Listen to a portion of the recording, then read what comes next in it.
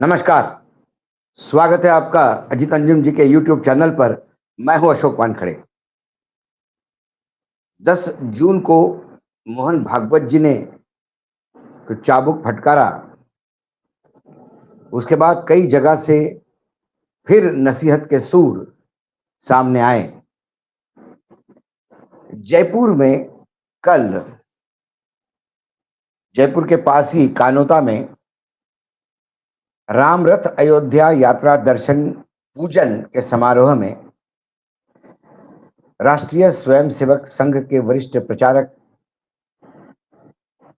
और राष्ट्रीय कार्यकारिणी के सदस्य, मुस्लिम राष्ट्रीय मंच के संरक्षक, जम्मू कश्मीर में प्रचारक रहे इंद्रेश कुमार जी ने फिर एक बार नरेंद्र मोदी और अमित शाह को आईना दिखाया। क्योंकि भाजपा को कहना बुरा होगा, क्योंकि 2014 के बाद से लगातार भारतीय जनता पार्टी जितना मोदीमय हुई और अमित शाह ने मोदीमय करते करते मोदी सरकार और संगठन का कब्जा कर अपने मनमानी से सरकार और पार्टी चलाई।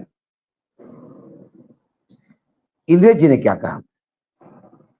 इंद्रेश जी ने कहा, राम भेदभाव नहीं करते, राम सजा नहीं देते हैं, राम किसी का बिगाड़ नहीं करवाते हैं, राम सबको न्याय देते हैं, देते रहेंगे और देते रहे थे। राम सदा न्याय प्रेमी थे और रहेंगे। ये उन्होंने उस संदर्भ में कहा कि अहंकार, राम की भक्ति की मोदी जी और अमित शाह ने, लेकिन अहंकार आ गया तो 240 पर रोक लिया। लेकिन राम ने, जिन्होंने राम के प्रति श्रद्धा नहीं दिखाई, उनको 234 पे खड़ा कर दिया। जिन्होंने राम की सेवा की, उन्होंने राम ने उनको पहले नंबर पे लाया, लेकिन सत्ता भी नहीं सौंपी, कुछ दूर रखा, क्योंकि उनका अहंकार जो हो गया था, उस अहंकार को जगह दिखाने के लिए रामलला ने ये किया। अहंकार, ये बात हम लगातार यूट्यूब पे, कई सोशल मीडिया पे कई पत्रकार करते आ रहे हैं कि खासकर 2019 के बाद सरकार जिस अहंकारी मोड में चली गई थी, उससे कहीं ना कहीं सभी के बीच में दूरियां बन गई। कार्यकर्ताओं के बीच में, मतदाताओं के बीच में, उनके अपने मंत्रिमंडल के बीच में, क्योंकि मोदी जी ही सब कुछ बन गए थे, या मोदी जी को ही ब्रांड बना के अमित शाह बेच रहे थे। 2014 में भाजपा की सरकार थी, 19 में मोदी की और 24 में अमित शाह की। पार्टी का जो हश्र हुआ, उसके बाद देर से सही लेकिन दुरुस्त राष्ट्रीय स्वयंसेवक संघ, जो पितृ संस्था है भाजपा की, उन्होंने लगातार हमला करना शुरू किया और कहीं ना कहीं नरेंद्र मोदी और अमित शाह भी बैकफुट पे आ गए। नरेंद्र मोदी जी का भागवत जी के वक्तव्य के बाद मोदी का परिवार सोशल मीडिया से हटवाना, ये कहीं ना कहीं इस बात को रेखांकित करता है कि चाबुक की फटकार तो लगी। उसके बाद बाहरी लोग और अंदर आए हुए लोग, उनको जिस हिसाब से बीजेपी में समाविष्ट किया गया और भारतीय जनता पार्टी के विचारधारा के लोगों को जिस हिसाब से अलग किया गया, वो अलग थलग पड़ गए। जो ओरिजिनल थे, चांदनी चौक में बहुत पुरानी कहावत है कि पटरी वाले दुकान पे चले गए और दुकान वाले पटरी पे आ गए। वैसे ही जो विरोधी पार्टी में थे, वो सत्ता पक्ष में सत्ता भोगने आ गए और सत्ता के लिए जो संघर्ष कर रहे थे बीजेपी का, जो लड़ रहे थे ग्राउंड पे, वो फिर हाशिए पे रह गए। यही कारण है कि लोकसभा चुनाव के साथ जो उपचुनाव हुए गुजरात में, और इन चुनाव के पहले जो 5 विधायकों को बीजेपी में सम्मिलित किया गया, उन्हें इस्तीफा दिया। उसमें से 4 कांग्रेस के थे, 1 अपक्ष था। जबकि भाजपा के पास गुजरात में 2/3 बहुमत था।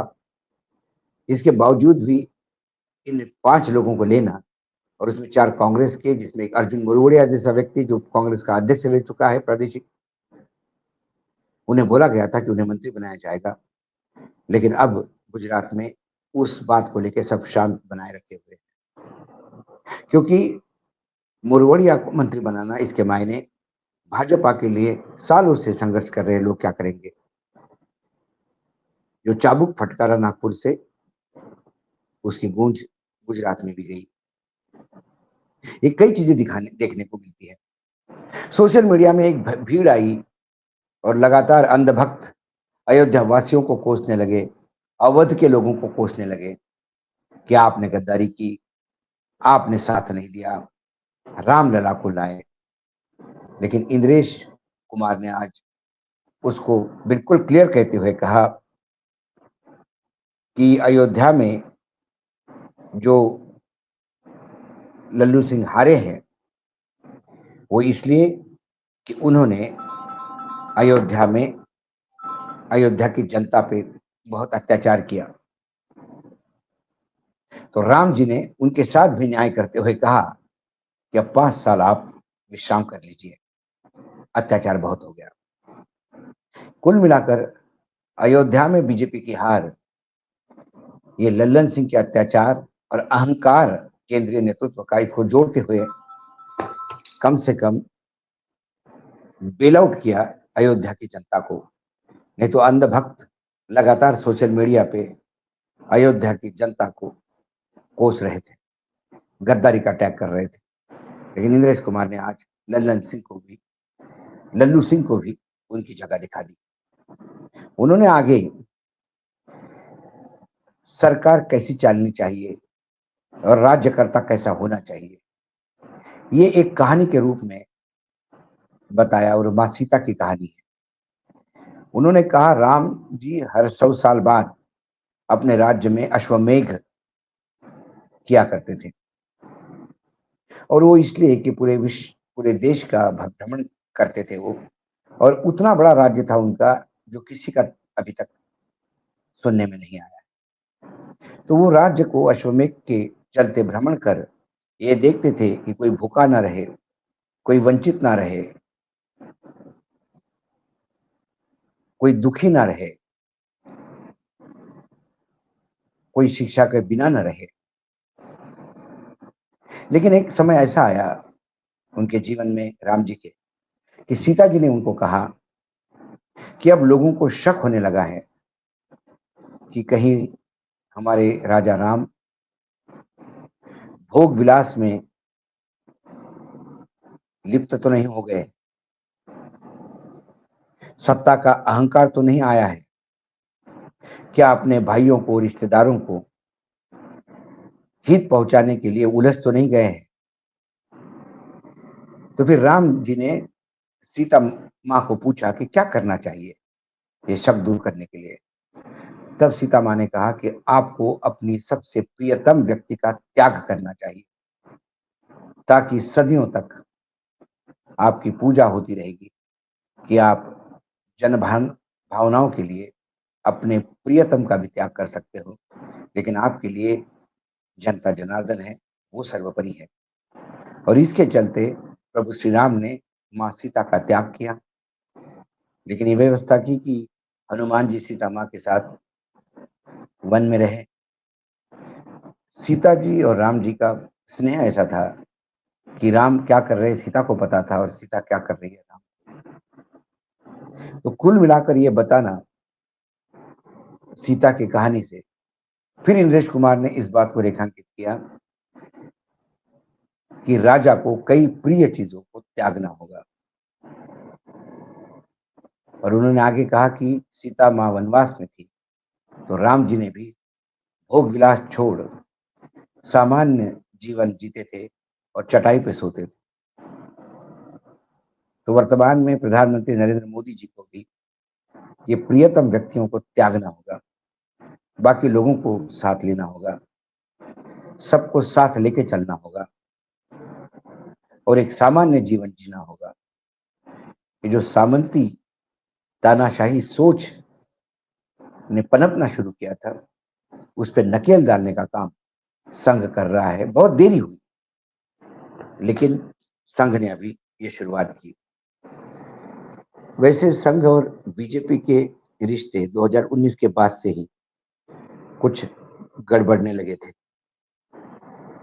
खासकर राम मंदिर के मुद्दे पर सर्वोच्च न्यायालय के निर्णय ने जब राम मंदिर का निर्माण के लिए ट्रस्ट बनाना का आदेश दिया पीएमओ को, और पीएमओ ने ट्रस्ट बनाया, तब से कहीं ना कहीं उस प्रोजेक्ट पर संघ की सूचनाओं का या सलाहों का, जो भी सलाह मिलती थी या सूचनाएं मिलती थी, उसको मोदी जी दरकिनार करते गए।